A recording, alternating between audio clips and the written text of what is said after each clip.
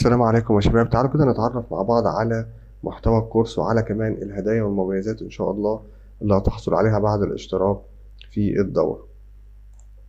عندنا أول حاجة المحتوى بتاع الدورة هيكون طبعا في الفيديو التعريفي اللي أنا بتكلم فيه دلوقتي، ماشي، هيكون موجود وإزاي برضو تقدر تشترك في المنصة. طيب أول حاجة بقى عندنا هتكون أنت محتاجها بكل تأكيد هي شرح تسطيب وتفعيل البرنامج مدى الحياة. هيكون الفيديو موجود بالتفصيل كل خطوة، وطبعا بتقدر كمان تتواصل معانا على الواتس لو عندك أي مشكلة.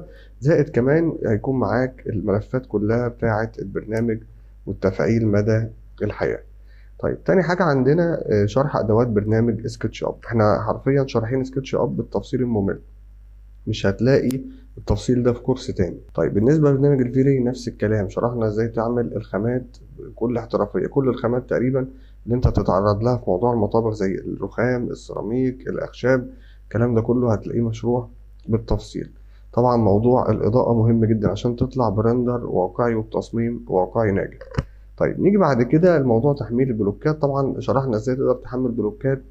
طيب بالنسبة لموضوع تصميم المطابخ عندنا طبعا 3 طرق اشتغلنا عليهم في موضوع رسم الوحدات. تمام، ان انا برسم الوحدات بتاعتي عشان اعمل لها رندر احترافي واطلع تصميم واقعي شكله جذاب اعرف ابيع للعميل بتاعي، زي الصورة اللي هوريها لكم دلوقتي.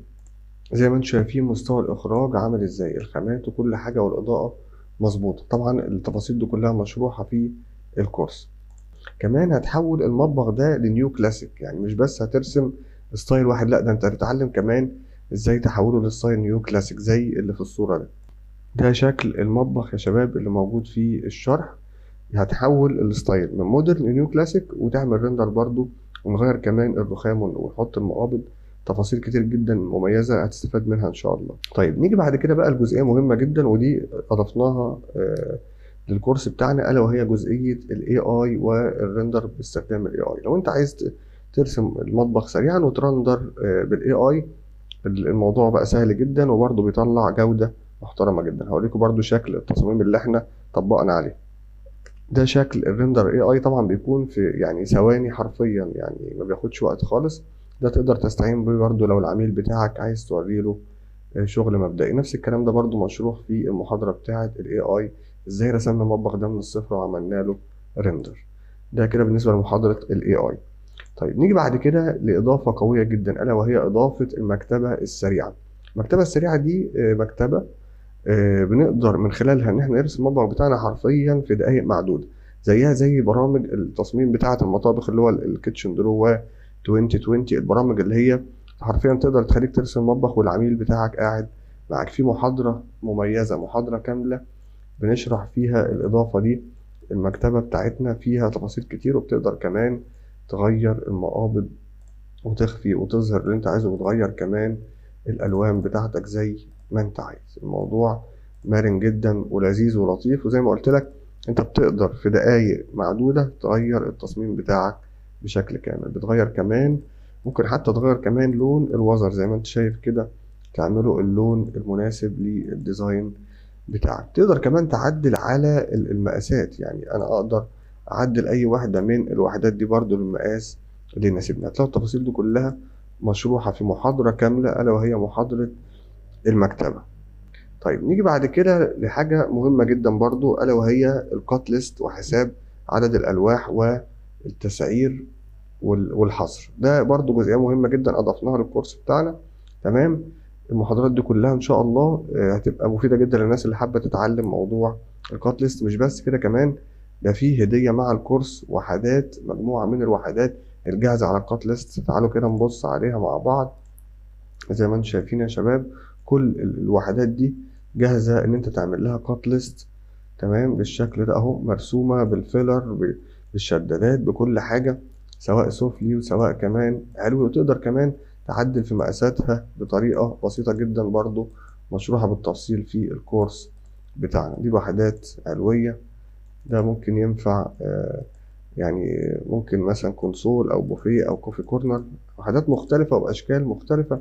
في كمان مطابخ كاملة زي اللي قدامنا دي. كمان اتعرفنا على حاجة مهمة جدا ألا وهي فتح وغلق الأدراج والدرج. دي برضو إضافة بتبقى مهمة للناس اللي حابة تعرض الشغل بتاعها بشكل مميز على العملاء. بالشكل ده كده أقدر أفتح الأدراج بتاعتي وأقفلها زي ما أنت شايف. كل ده برضو مشروع، وكل الملفات اللي موجودة دي يا شباب موجودة في الكورس، كل الملفات حرفيا. يعني ملف المطبخ المودرن المشروع قدامنا اهو، كل ده هيكون معاك، تقدر تاخد منه كل اللي انت عايزه. تقدر تاخد اضاءة، تاخد ماتيريال، تاخد اجهزة، كل الملفات دي موجودة. زائد كمان طبعا الملفات بتاعة الدريسنج. طبعا احنا عندنا كمان محاضرة خاصة بالدريسنج، وطريقة كمان ان انا اصدر قطاعات 2 دي للناس اللي بتشتغل رسومات تنفيذية بالكاد.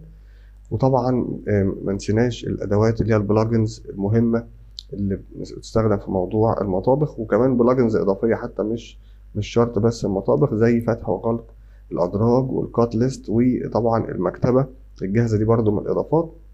زائد كمان اضافة مهمة اسمها البروفايل بيلدر. كل ده برضو مشروع، والملفات كلها موجودة في الكورس. دي كده الملف بتاع الدريسنج، حرفيا ملفات قيمة جدا. زائد كمان انت طبعا عندك مكتبة خامات هتبقى موجودة فيها أكتر من 1000 خامة زي ما انت شايف كده، أخشاب وسيراميك ورخام وقماش وكل حاجة موجودة بطريقة إضافتها. طبعا زي ما قلت لكم الملفات دي بتقدر كمان تحملها وتفضل معاك مدى الحياة إن شاء الله. ده طبعا ملف المطبخ النيو كلاسيك. طبعا احنا قلنا رسمناه الأول مودرن، زي ما انتم شايفين مطبخ كبير جدا هتتعلم فيه تفاصيل كتير جدا. طيب نيجي بعد كده على هدية برضو قيمة من الهدايا اللي هتكون موجودة، تصميم لمعرض كامل، معرض مطابخ ودريسنج كامل من أحد أعمالي في المملكة العربية السعودية. برضو هيكون معاكم يا شباب زي ما انتم شايفين. ده مطبخ، ده كوفي كورنر، مكتبة تلفزيون، ده مطبخ تاني، مطبخ تالت، برضو هنا كوفي كورنر، هنا بقى وحدات للحمام ماشي. وزي ما انتم شايفين برضو في أكتر من وحدة، وشاشات للتلفزيون، وحدات للشاشة وتسريحة، تفاصيل كتير جدا. انتوا ان شاء الله احب ان انتوا تبصوا عليها، وان شاء الله تكون مفيدة جدا بالنسبة لكم. طبعا يا شباب في خصم 60% لأول 30 مشترك، فلو انت حابب تشترك ابدأ دلوقتي عشان تلحق الخصم.